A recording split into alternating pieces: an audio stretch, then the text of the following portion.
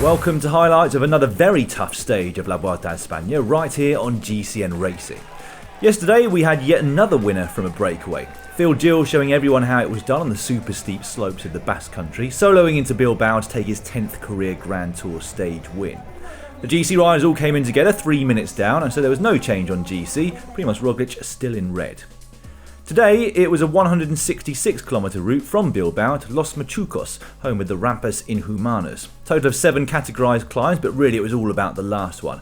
Might only be 6.8k's long, but it's been given Especial status courtesy of its incredibly steep gradients, up to 25%. Yet again, it was a very fast start to the stage, but the break did go a little quicker than it did on yesterday's, around 40km into it. And it was an extremely strong group of 30. Pouls, Bouchard, Latour, Brambilla, yesterday's winner Gilbert, De La Cruz, this man De Ghent, Howson, Atapuma, Menkes, and then the best placed rider on GC, the rider in pink there, Sergio Higuita of EF Education First. He started the day 10 minutes and 7 seconds behind Roglič. A big opportunity for the young Colombian to move up on the GC, but also to take a stage win.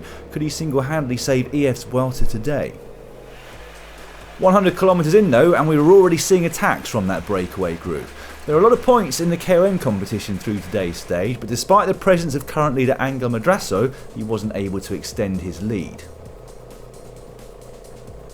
Jumbo-Visma did almost all of the riding on the front of the bunch on today's stage, but with a little over 60km to go, the gap to the front was up to almost 8 minutes, and Higuita was hastily moving up the virtual GC.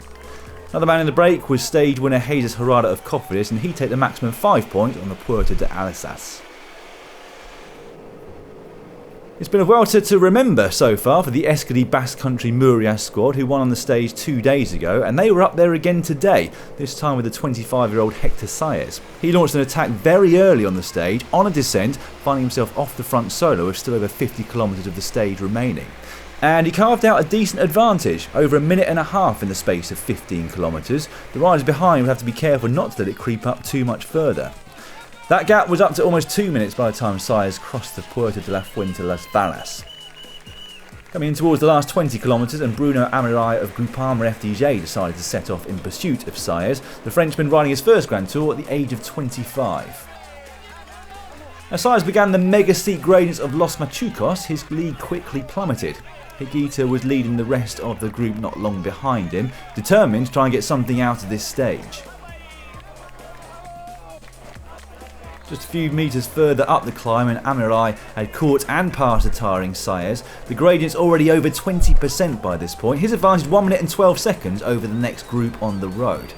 Check out that gradient. When you see a pro rider going that slow, you know it's steep. In the GC group, Quintana had launched an early attack, looking to make back some of the time that he'd lost in the time trial in Po 2 days ago. Up front, it was all change again, one Frenchman overtaking another as Pierre Latour set out to take his second career Vuelta stage win. He quickly distanced Amirai and was looking very strong indeed. That move though hadn't worked for Quintana. He was quickly caught by the group behind, being led by Rafael Majka but containing all of the GC favourites.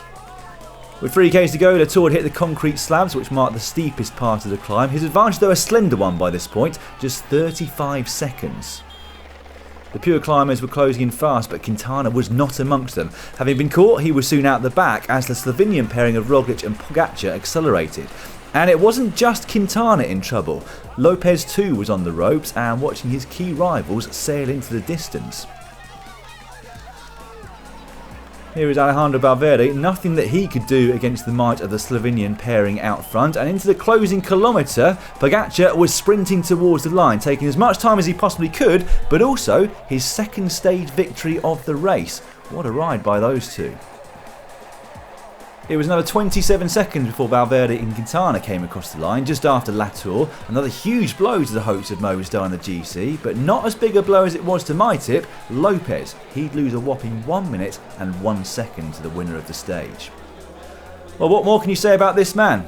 2 stage wins, the only person to do that so far in this race, and he's now moved up the GC too.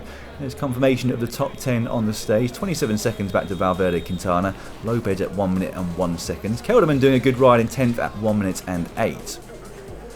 Well, this man's taken a big leap forward in his hopes of winning this race overall. His advantage now 2 minutes and 25 over Valverde. Pogacar now into the white jersey and into a provisional podium place on GC, 3 minutes and 1 second in third place. Is the Vuelta now over? You can let us know in the comments below.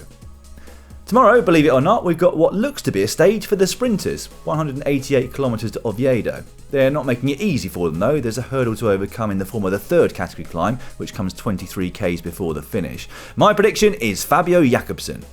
Don't forget to subscribe to GCN Racing if you don't want to miss out on all of the top races, and also to hit on the bell notification button. That way you will be informed every time we upload a video.